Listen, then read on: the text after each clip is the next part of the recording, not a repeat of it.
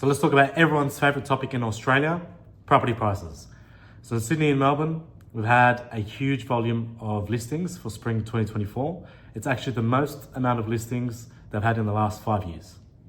So definitely in these two states, it's starting to become a buyer's market.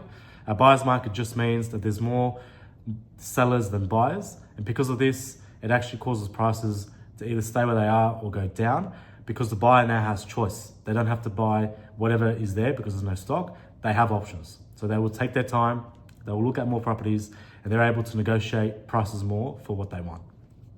In the other states, WA, SA, Queensland, these states sort of are still trending upwards because their prices are lower in terms of the median prices across Australia. You've still got a lot of investors buying into these markets.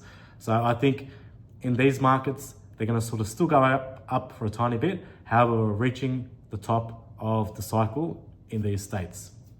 So what's changed? I think the narrative about interest rate cuts in 2024, that sort of fueled the market. So in 2023, in about July and towards 2024, the narrative was go out there, buy a property. If you can afford it now, things are going to get cheaper as they cut rates. I think Main Street is starting to realize that that narrative isn't coming to fruition and things are expensive. They're probably going to stay as expensive as they are now for the next 6 months at least. And I think they're right. We also have to wait and see what happens with the Australian election in May between Liberals and Labor. This sort of causes property markets to stay on hold. And we also have to see what happens with the US administration in terms of what tariffs and taxes they're going to impose and how that impacts on inflation. So all these factors put together, I think you have some markets where people are going to flock to because it is becoming cheaper.